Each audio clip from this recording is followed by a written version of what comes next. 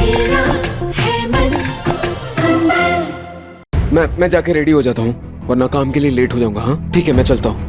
नहार जी, आप ऐसे कैसे ऑफिस जा रहे हैं? आप तो पूरे भीग गए, चेंज कर लीजिए। और आपने अपना ऑफिस वाला बैग भी नहीं लिया। अब रूही को कैसे बताऊं कि वहाँ यूनिफॉर्म मिलता है?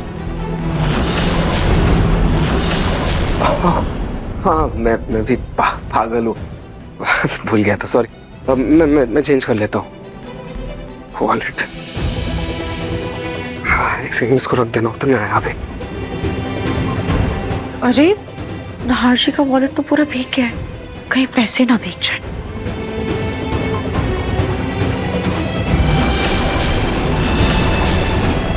₹10।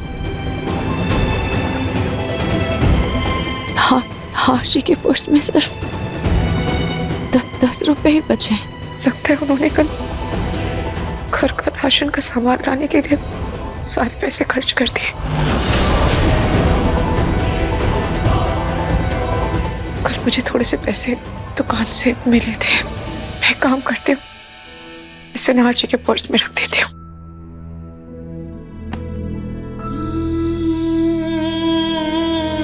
रूही,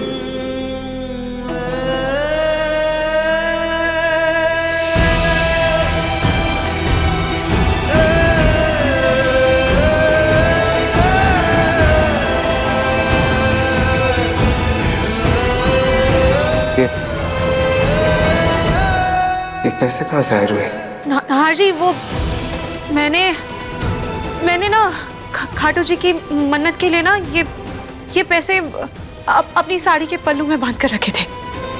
तो जब मैंने आपके पर्स में पैसे नहीं देखे तो मैंने ये पैसे रख दिए।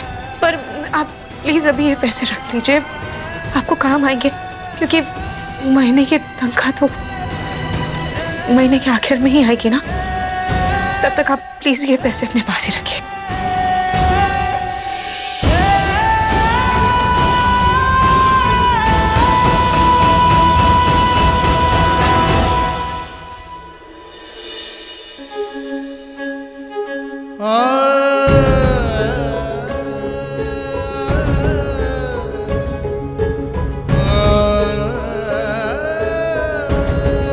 मैं बहुत जल्द सब कुछ ठीक कर दूंगा,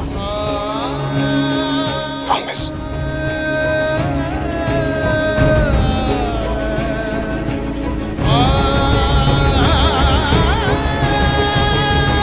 बाय।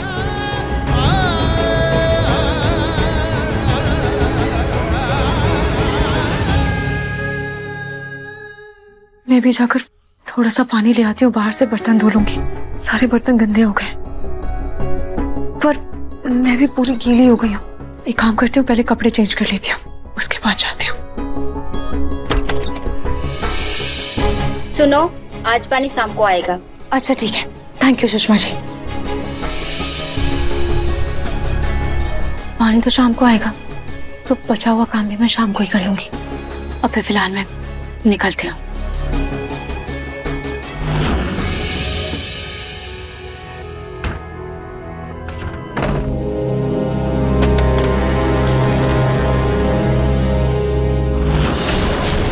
क्या तुम फिर आज काम पर नहीं आओगी? अरे तो पहले से बता के क्यों नहीं गई? हाँ, इतना सारा काम पड़ा है, कौन करेगा? हेलो हेलो, बात सुनो। हेलो,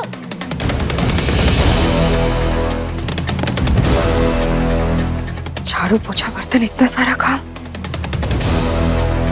ऊपर से तूफान की वजह से पूरा घर धूल धूल हो रखा है।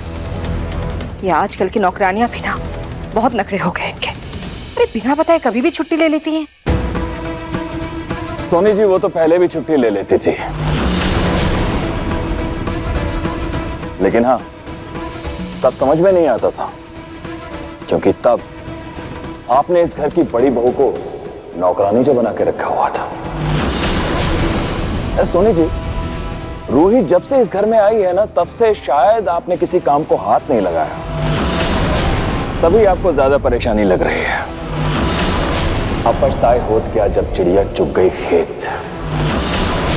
ये तो आपको तब सोचना चाहिए था जब रूही पर आप फालतू के इल्जाम लगा रही थी।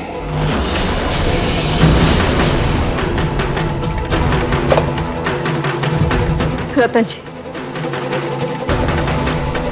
क्यों बात बात पर आप हर बार एक ही चीज सुना रहे हैं? नाहर के घर से जाने के बाद सौतेली माँ होने का एहसास क्यों दिला रहे हैं मुझे? क्या कहना चाहते हैं आप? मैं बुरी माँ हूँ? रतन जी, मैंने उन्हें जाने के लिए नहीं कहा था, इसमें मेरी कोई गलती नहीं है। सोनी जी, अगर नाहर की जगह समर घर छोड़कर गया होता ना, तब आप जमीन आसमान नहीं कर देती उसको ढूंढने के लिए। लेकिन नाहर के जाने पर आपको रत्ती भर भी कोई फर्क नहीं पड़ा।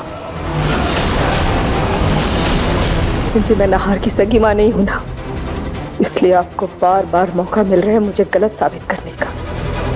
लेकिन माँ जी भी तो वही थी ना, और वो तो नाहर की सगी दादी भी है। आप उन्हें कुछ क्यों नहीं कहते? सोनी,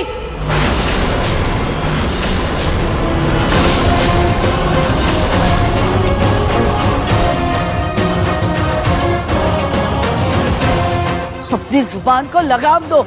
माफ कीजिएगा माँ जी, लेकिन मुझ पे गुस्सा दिखाने के बजाय इनसे कहिए ना, मुझे ताने देना बंद करें। पापा शांत हो जाइए, हम सब जानते हैं कि मम्मा कितना प्यार करती है नाहर भैया से। प्लीज ऐसे मत बोलिए, प्लीज शांत हो जाइए। हाँ अवनी बेटा, पहले मुझे भी ऐसा लगता था। क्या करें, धीरे धीरे मेरी गलतफहमी दूर हो रही है।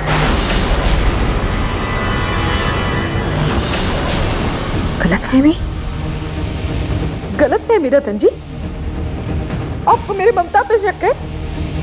आपको क्या लगता है इतने सालों से मैं ढोंग कर रही हूँ, दिखावा कर रही हूँ? अच्छा, तो मैं गलत हूं तो ठीक है, मेरे सर पर हाथ रखकर कहिए कि आप समर और नाहर में कोई फर्क नहीं करती। आपका दिल एकदम साफ है।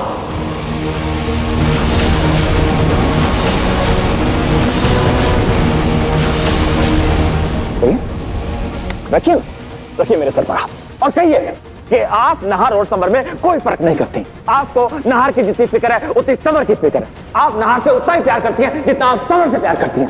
कहिए।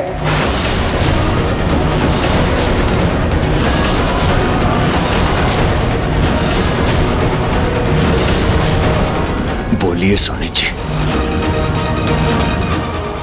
सगे भाई बहन ही प्रॉपर्टी जायदाद के मामले में सगे नहीं रह जाते। रूही और जूही सगी बहनें नहीं हैं, ठीक वैसे ही जैसे नाहर दामाद जी और समर दामाद जी सगे भाई नहीं हैं।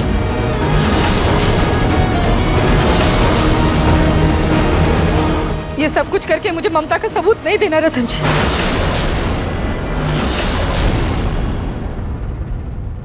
उसकी कोई जरूरत नहीं सोनी जी, मुझे मेरा जवाब मिल गया।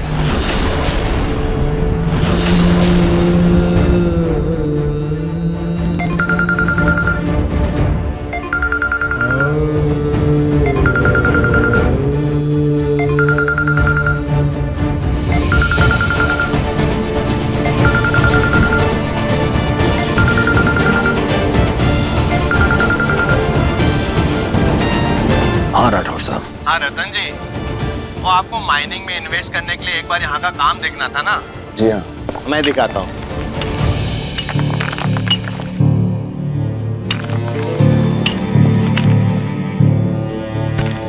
देखिए राठौर साहब, कुछ क्लियर नहीं दिख रहा है। थोड़ा सा कैमरा आप लाइट की तरफ घुमाइए ना। ओके रतन जी।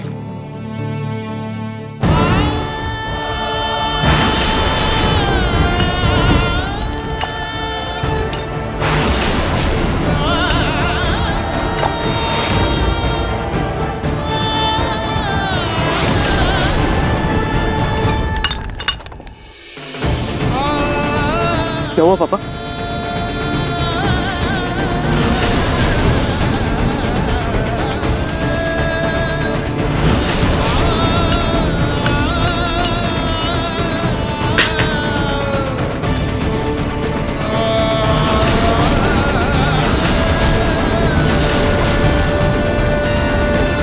पापा रतन!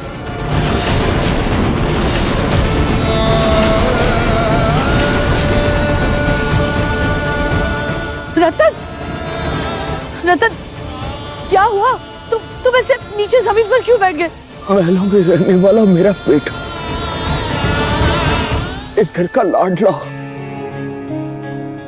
हर किसी की आंखों का तारा। उसकी माँ उसे जमीन पर पांव नहीं रखने देती थी। रतन,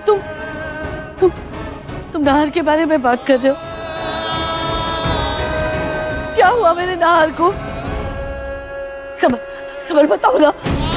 अरे चुप क्यों, बताओ क्या हुआ मेरे नाहर को? दादी, वो वीडियो कॉल में देखा कि नाहर भैया वाइन्स में मजदूरों का काम कर रहे हैं।